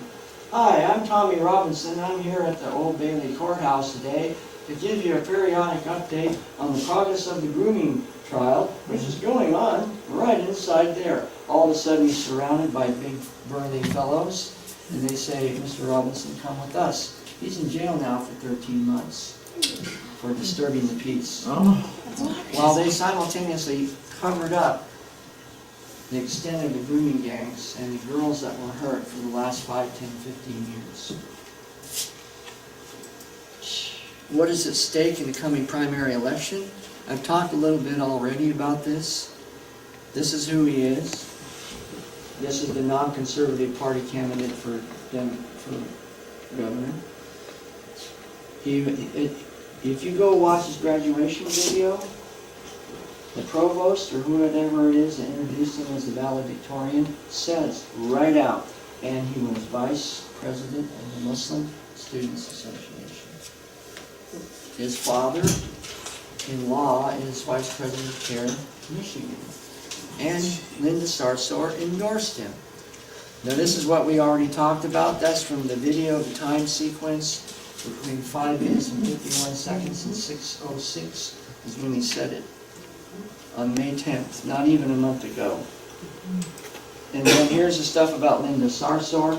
I've written a rebuttal against her. It's easy to remember. It's called, Thank You, Linda Sarsour, for opening your big mouth. Because she laid it all out as she endorsed him at the ISNA. ISNA is the Islamic Society of North America, a Muslim Brotherhood front group tied to Hamas, operating right now here. These groups were supposed to be shut down after phase 1 of the Holy Land trial. But Obama came in and said, forget that, we're not going to do it. And then what can we do? Well, we talked about sovereignty, and I've got 4 things about the Constitution: uniform law of naturalization, suppressing insurrections and invasions. By the way, it says in the second paragraph, call forth the militia to execute the laws of the Union. You realize that President Trump has the authority to protect the border with the militia. What would happen if he did it? Can you imagine? So, when our own countrymen go berserk, go postal, over a president who's trying to enforce the Constitution, what does that tell you about the state of our country? And we have a lot of pitiful countrymen that their definition of freedom and liberty and sovereignty is totally disconnected from the Constitution. And then to suppress domestic violence. The federal government is supposed to keep outbreaks of domestic violence from occurring in the states. Have we seen that? It's called MS-13, for example. President Trump's trying to protect the border, and Nancy Pelosi says, don't you see the spark of divinity in them? Well, yeah, maybe I do, but they're still killing people along with that spark of divinity. That's immaterial. Do we let everybody in the world come in because they have a spark of divinity, even though it's all covered up with tattoos? No. And then this is the supremacy clause, Article 6, which by default shows that Sharia is illegal, since Sharia defines itself as a constitution. Period. But we've never had a corpus of law. Never been challenged up to the court level on this clause, up to now. We would bring such a suit. Because the court You would rule have says you have to have standing in order to Well, bring a you're suit. gonna have, unfortunately, if it goes that far, you're gonna have the first state in the union that legalizes Sharia law in order for it to happen. You could have it in the state, if a city did it, then you could bring it against, Yeah. suit against the city, Somewhere there will against be the a state. precedent. If we don't intervene somewhere along the line, constitutional tools, there will be a case that will come up. It'll be in Minnesota or Wisconsin or somewhere in Michigan, probably first. Sanctuary city?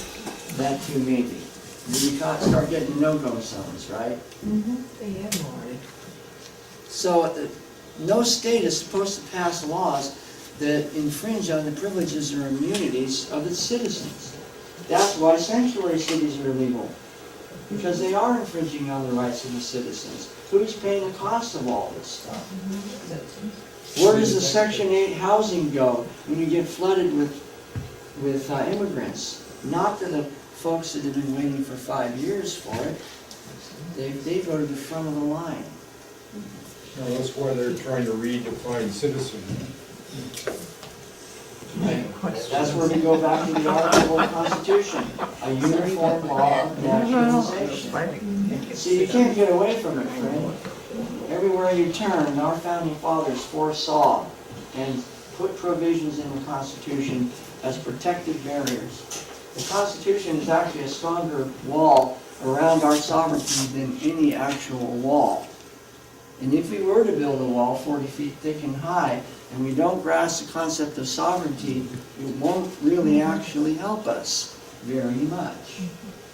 But if we did all grasp sovereignty from baby to grandpa and grandma, we did, in some sense, wouldn't even need a wall, because everybody would be involved, and as soon as somebody did get through and showed up in some little town like here, you would immediately notify the local law enforcement, and they would politely escort them back out of the country again. That's how it's supposed to work. It's not really that complicated. Any questions, friends? Could you end with a happy, funny joke, maybe? What's the difference? So they heard it, so you guys don't tell. What's the difference between war, and war? This is Southern. War, and war. War is what you got on. War is what you drink when you're thirsty. War's where you're going to be going pretty soon. War, are you going back home? Because that's my strategy. And war is what you might need sometimes to fix the fence with. And here's another corny one, and that is that I told you this one today about the crows. The crows in Boston. The crows in Boston, they're really smart crows. So my question is, why did the crows in Boston cross the road? Smart crows, remember. Well, they cross the road because they have to get to the other cod.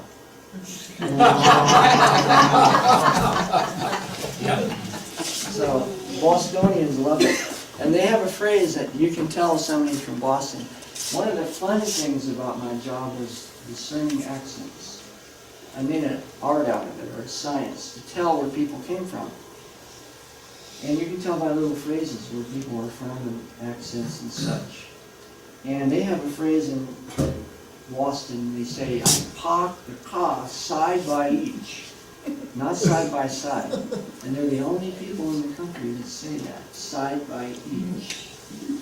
So those little tidbits, when I'm processing passengers, you know, when I'm working on primary, people are coming back from vacations and such. If I can establish what I call normalcy, like, you know, the famous bell curve, I don't have to take very long to tell them welcome to America, stamp their passport, and talk to the little kids. They're down in Cancun. Did you see any lizards down there? Yeah, we did. You know, Mommy, she was screaming because there was a lizard. Do you think those are real tourists?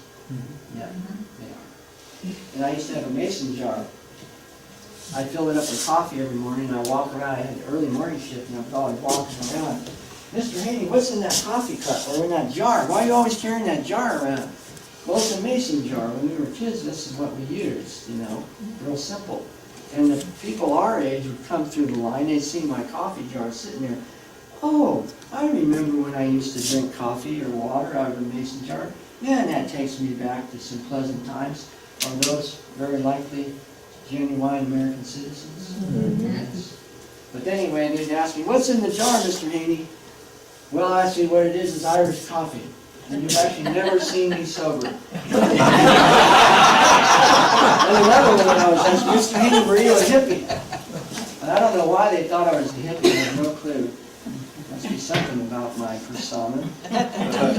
Which, by the way, another joke about myself, and that is, I have a cruise control personality. It's 50% Clark Kent. And 30% Steve Martin, because I believe humor is still legal, right? Yes. But so that we should use it while we can. And then 20% Chuck Norris.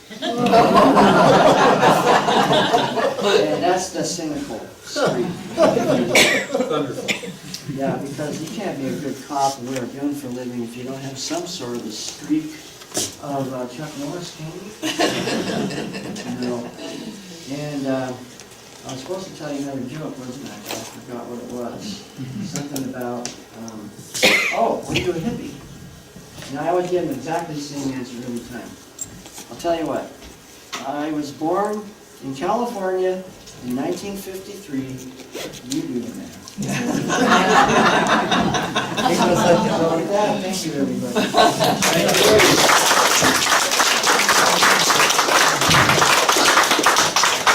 Well, thank you very, very much. I can certainly speak, I think, for the group here on how much we really, really appreciate what you're doing. Not only this group, but all the other groups you've been talking to and going forward. We very, very much appreciate you. Does anybody have anything they want to say at the group? I do.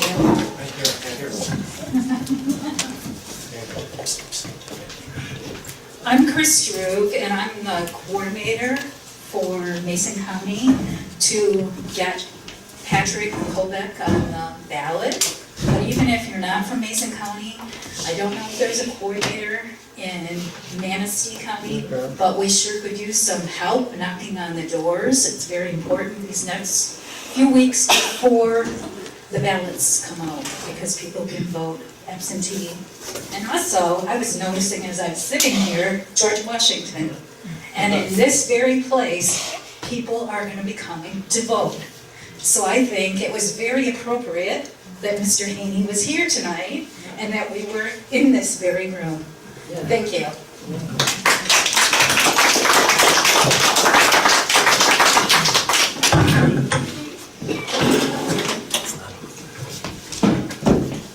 Okay, anyone else?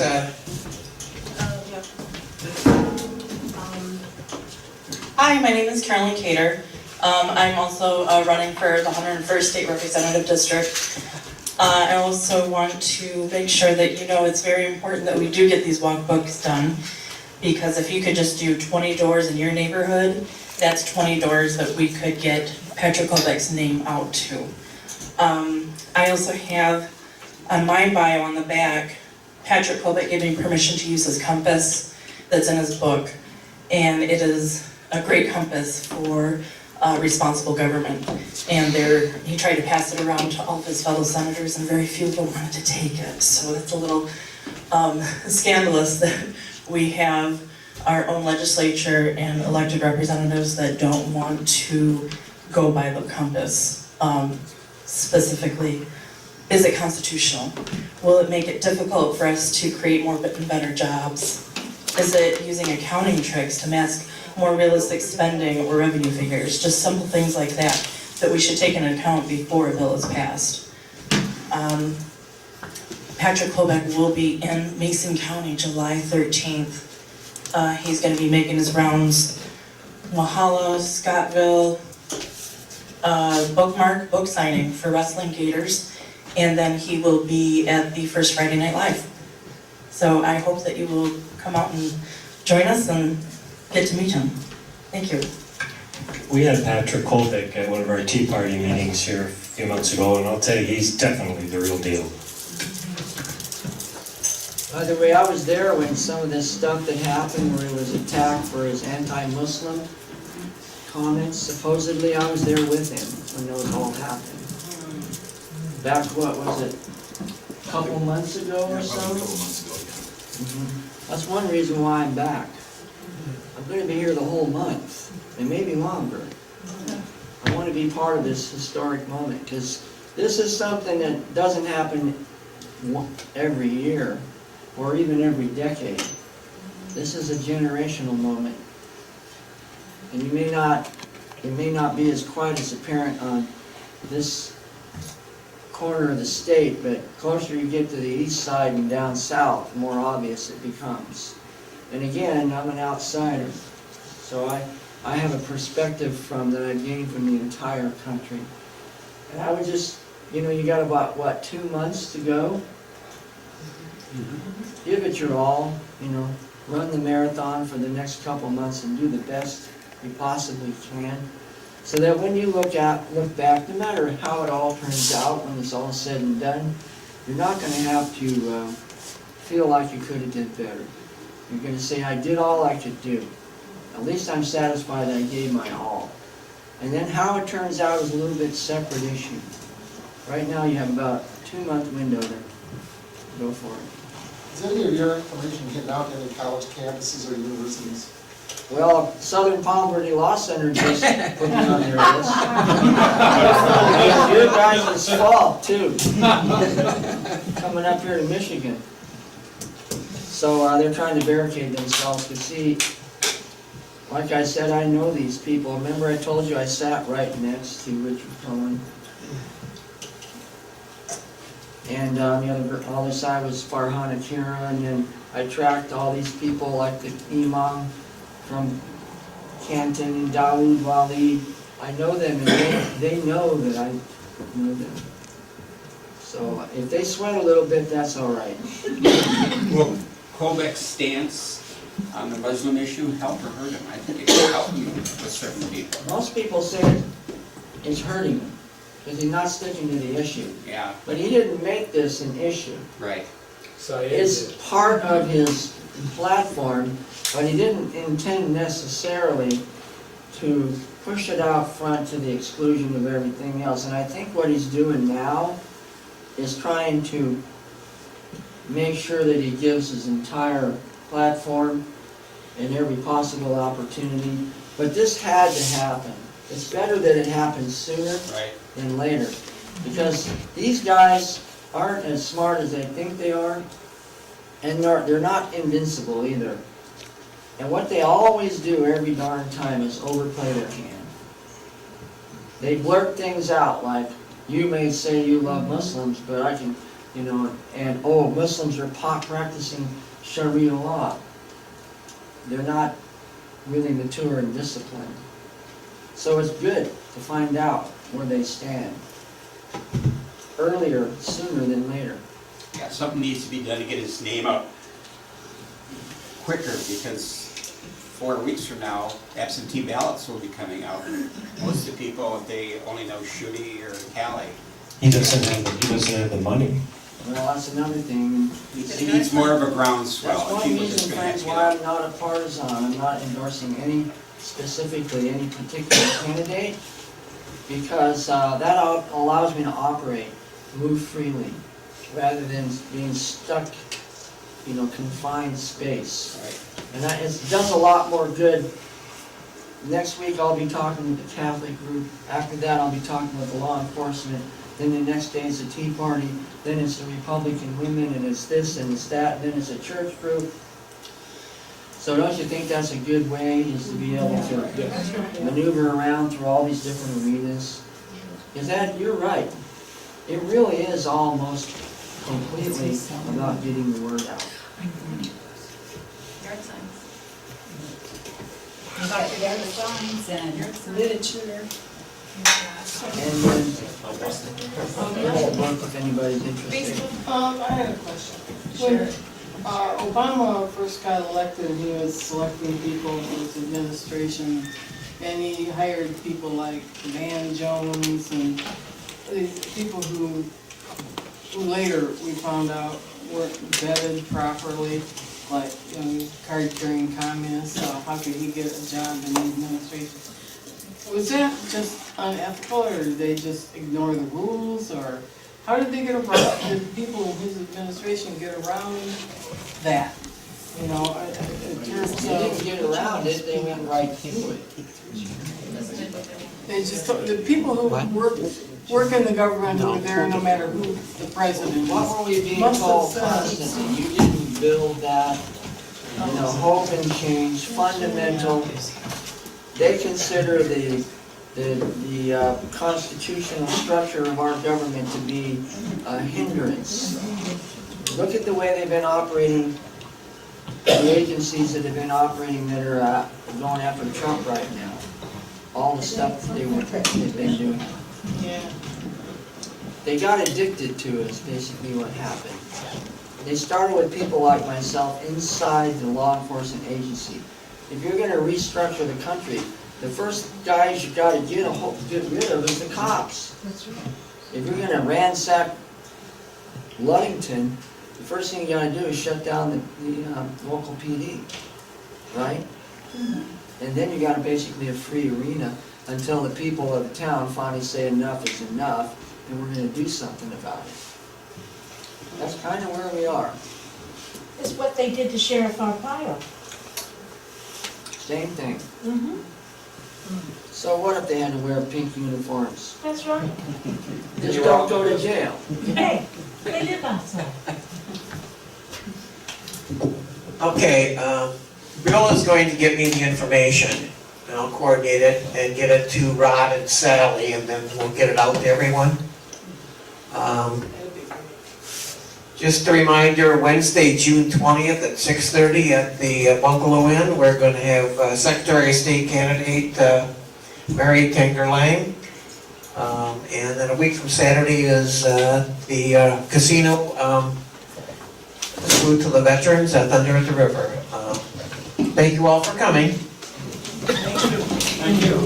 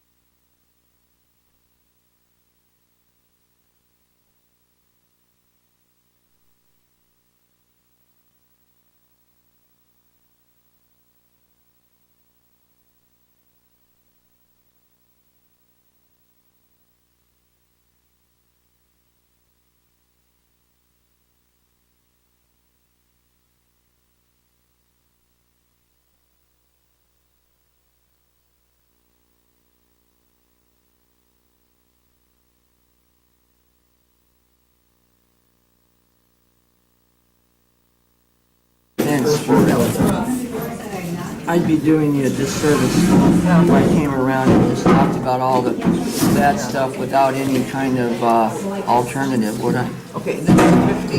Yeah. Okay, what do I give you? G-O-R-Y, G-R-E-G-O-R-Y. Give you his last name, O-S-T-R-A-N. Almost a D-E-R. coming home. That sounds Dutch. That's my son and he. Plan ahead, but in this case, this is like the 5th time I've done it in the last couple of 20 years. Because of course, getting ready and getting to know people. People don't really know how hard a worker Patrick is to get. Yeah, oh, me too. I'm gonna go out and get my log. I was telling you about doing In Charles. Yes. I do a lot of writing. JEFF. Okay. 299-11.